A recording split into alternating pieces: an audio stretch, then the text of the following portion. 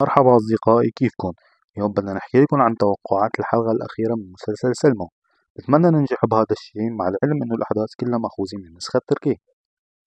أبرز الأحداث اللي بتصير بالحلقة الأخيرة هو موت هويدا بحادث سير، وميرنا بتقتل جلال. طبعا كل العالم بيكون شاك فيها، بس هي بتكون متخباي ومعها ولا ليرة، فبتضطر تحكي أبوها لتاخد منه مصاري، وبتوعده إنه ما رح بقى تقرب على حدا. نديم بيوافق وببعت له العنوان، هي بيحمل حاله وبيروح لعنده ومعه المصاري. نديم بيقول له: أنا أبوك، لازم أعرف الحقيقة، أنت اللي قتلت جلال؟ قال له: إيه، كان مال انتقم من سلمى بعد ما أخذت الكل مني. بتعترف إنها حاولت تقتل شادي بس ما قدرت. لما راحت ميرنا مع المصاري بتلاقي الشرطة ناطرتها قدام الباب، بياخدوها.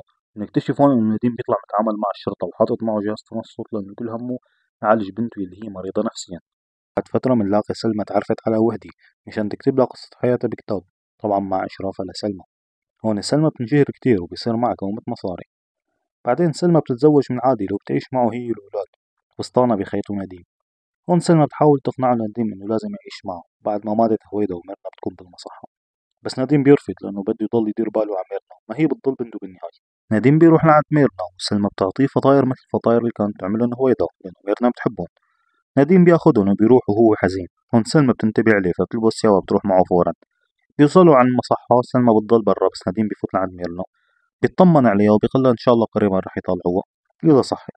بيخبرها إنه سلمى برا، فبتقول له بدها يطلع شوفها على أساس بدها تعتذر منها. وبس شافتها بتصير تعيط على سلمى وتقول لها: أنت دمرت حياتي وأنت السبب بكل شيء. فبيرجعوا بياخدوها الممرضين بفوتوها لجوا. وهلا بيصير الحدث يلي كلنا عشاقين المسلسل ناطرينه. سلمى بتتزوجوا لعادل، بالعرس كمان بيكون عرس هيفا وحبيبة مع بعض.